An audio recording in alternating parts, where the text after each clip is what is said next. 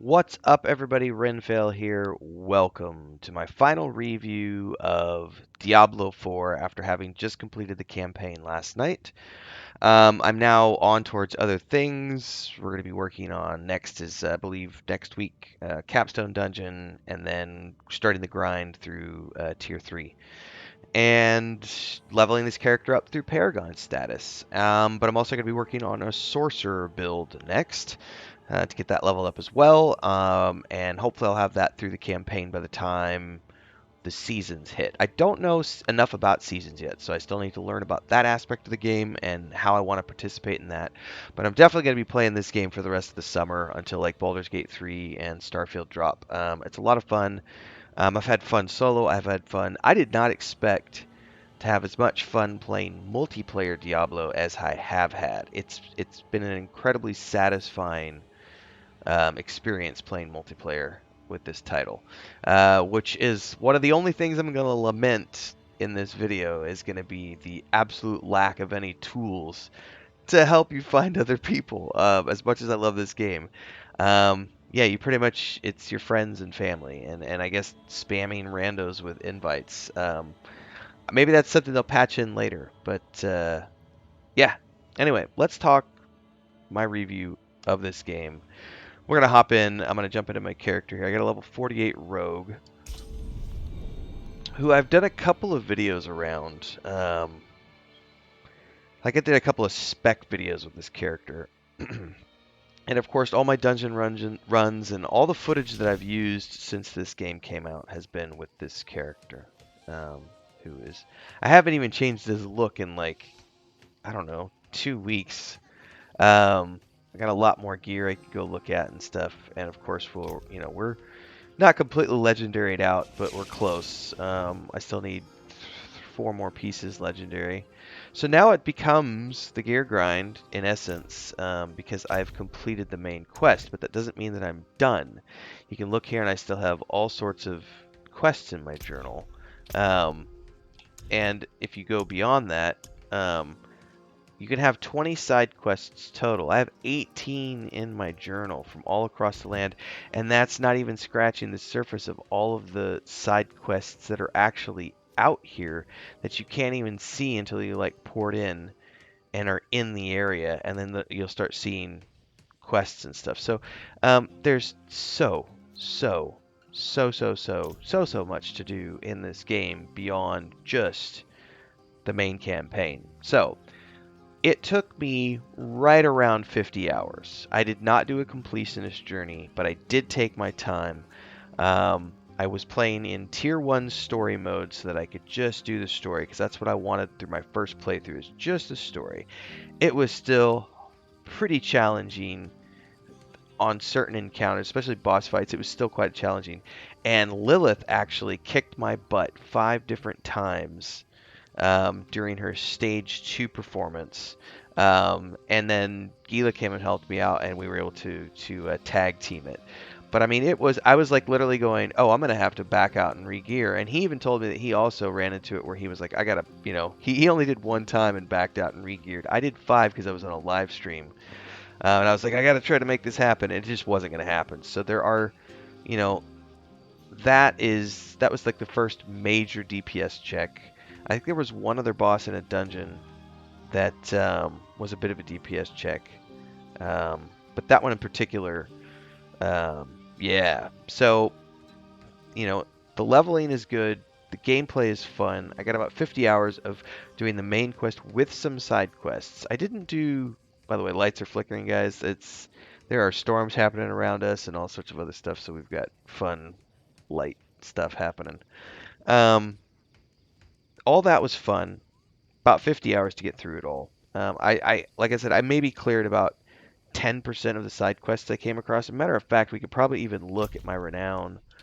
Um, let's start with Fractured Peaks. I did 3 tiers in Fractured Peaks. I did not go out of my way to get these, by the way. I just got them through natural progression. I think there was one night with Gila a few weeks ago where we specifically went out to do side quests for one of these regions, but that was the only night where we did like a hunt. I think it was Skosglen. I think is what because we both wanted the potion capacity. Um, Was it? I don't remember. It was one of these two. I don't really remember which one it was. But that's the only time I've done targeted grinding for renown. The rest of this has just been me exploring the game. And if you look at the map, after about 50 hours of gameplay, look at all these dead spots. So these unmarked areas are places I haven't been. And places like here where I've had a quest, I never have gone yet. So there's stuff up in here. I've only cleared probably, I can't do a full pan out. I would estimate I've cleared, I don't know, 70%, maybe 70% of the map I've cleared. So there's still a lot more of stuff that I could do on the map. And I barely even, and it terrifies me to go into here and look at challenges.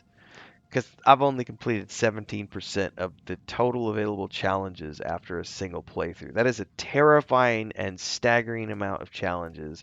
And then I've only got 9% of aspects. So as you can see, I've done little to no grinding up until this point. I've done mostly just main quest and side quest. Got me about 50 hours.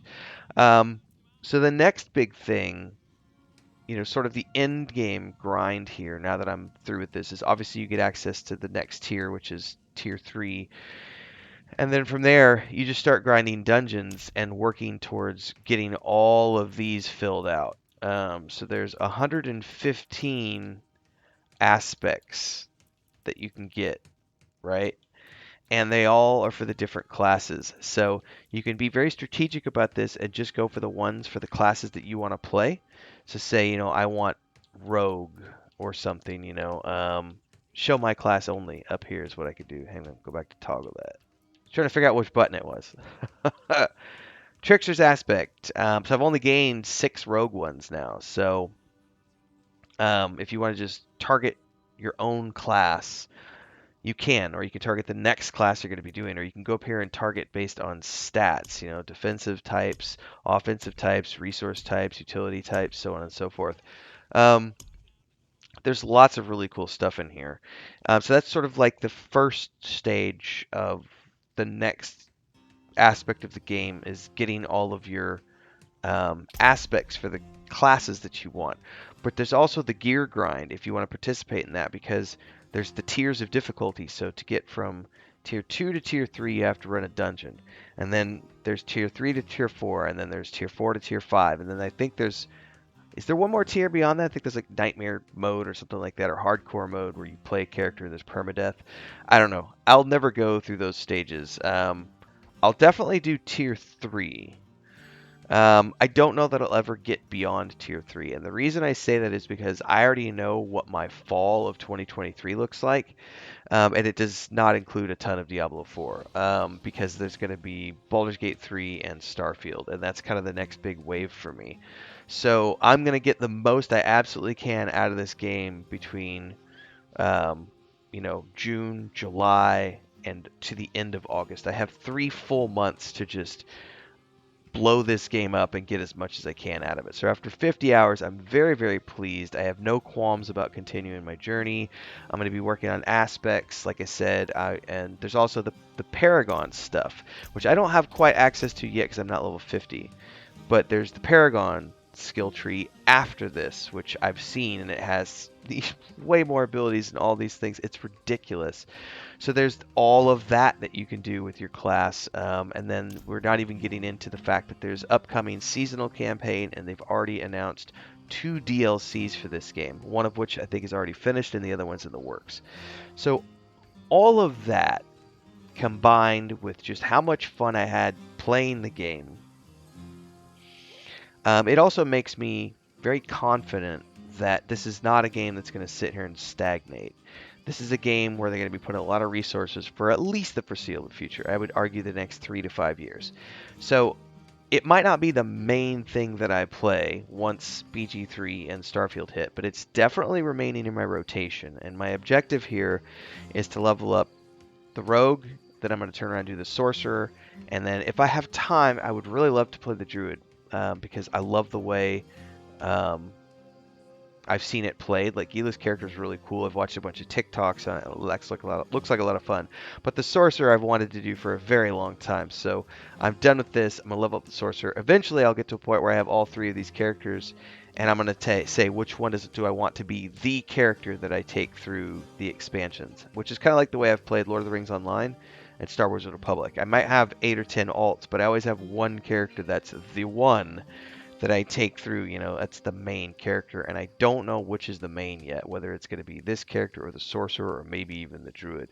But I've got plenty of time, and there's lots of stuff to do, which is one of the things that makes me feel like this game is absolutely worth the price tag. Because in the beginning, I was like, oh man, $70 for a game, because I only bought the base game. I was like, $70 is a lot, 70 US dollars. It's like that's a chunk of change.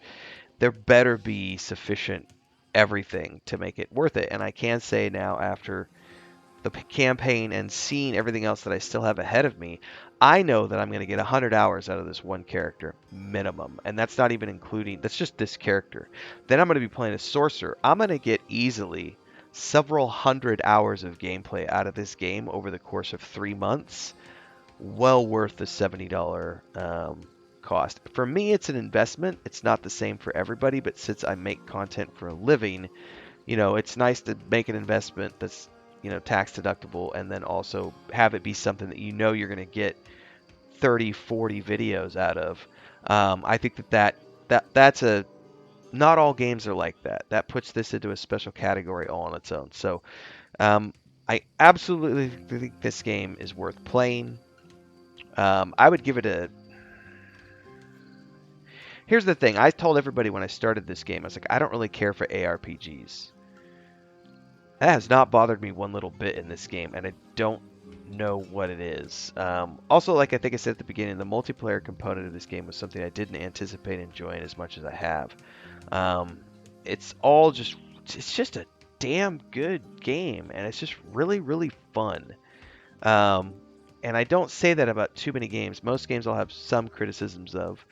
But I think this is really, really good. I'm trying to think of what I want to give it as a score. It's really close to getting a 10 out of 10. And I really got to think about, do I give it a 10 out of 10? Are there any things I don't like about it?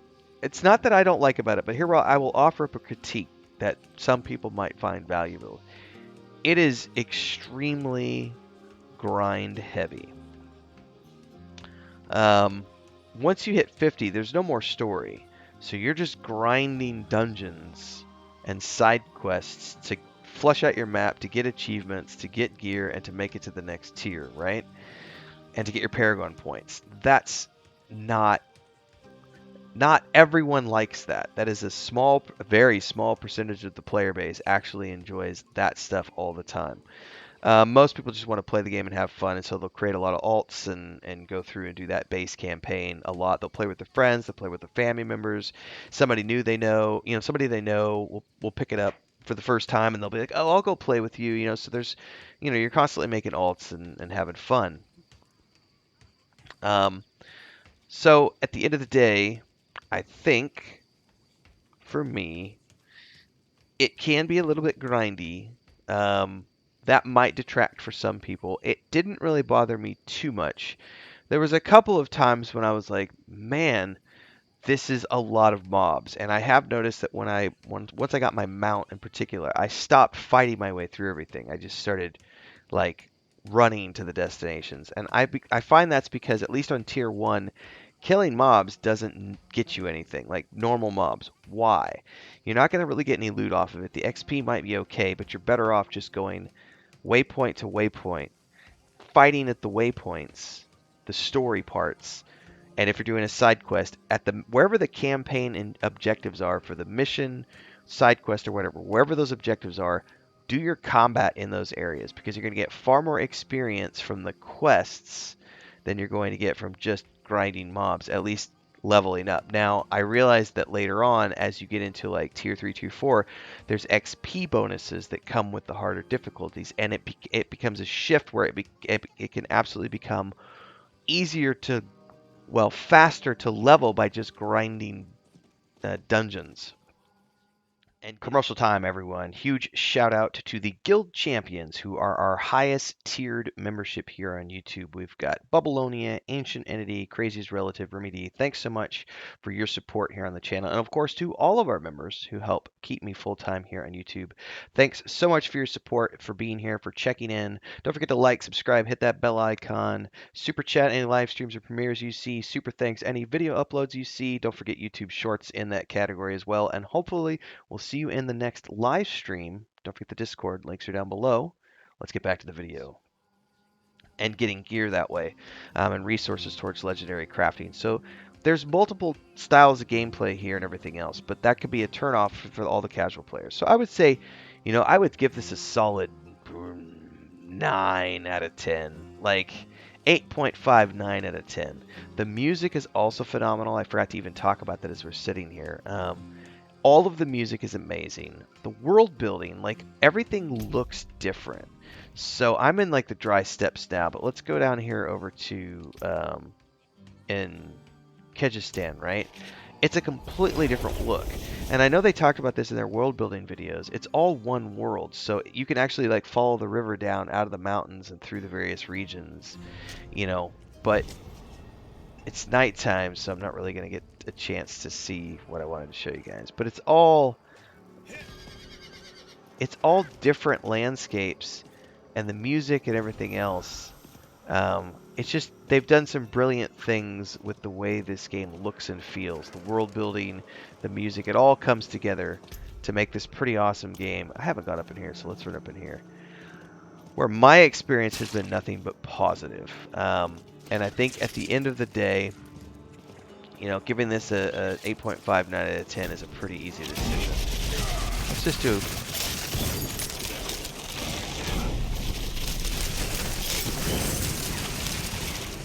I'm not ready yet. Ooh, we got a spider host.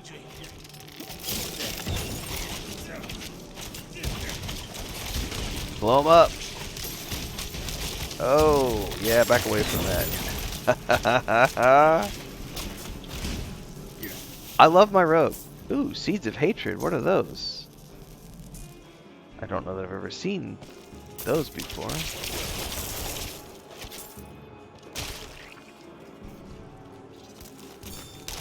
Oh, there's like an event happening over here. Hang on. Altar of Extraction. Oh, yeah, this is like an event area. It's PvP stuff. Apparently, I wandered into a PvP zone and wasn't paying attention. Oh, so if you don't use the seeds, uncleansed seeds will be lost. Well, I'm not really interested in PvP. You guys saw me make a fun little mistake during my own video.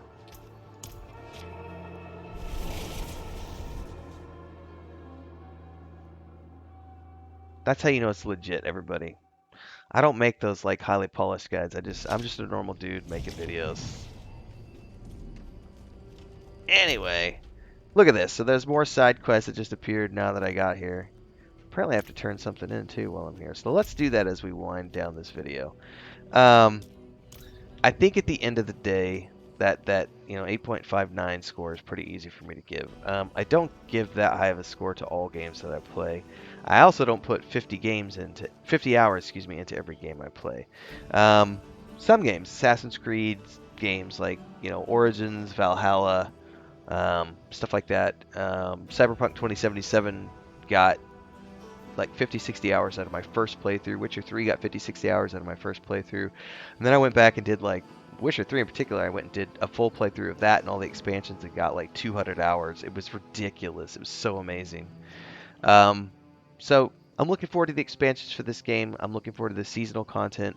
I'm looking forward to playing this for a long time now. So thumbs up for me. Love to hear your thoughts. If you want to come join our clan, we are the Raven Syndicate. I suppose we've been trying, Guilla and I have been playing on like Thursdays, and I'm waiting for my brother to join at some point. And we've got other people in the clan and, randomly doing stuff. So if you want to join and hang out and do stuff with people from time to time, let us know. I'm going to go ahead and turn in this side quest, and then I'll See you guys in the next video. Till then, stay safe. Happy gaming, everyone.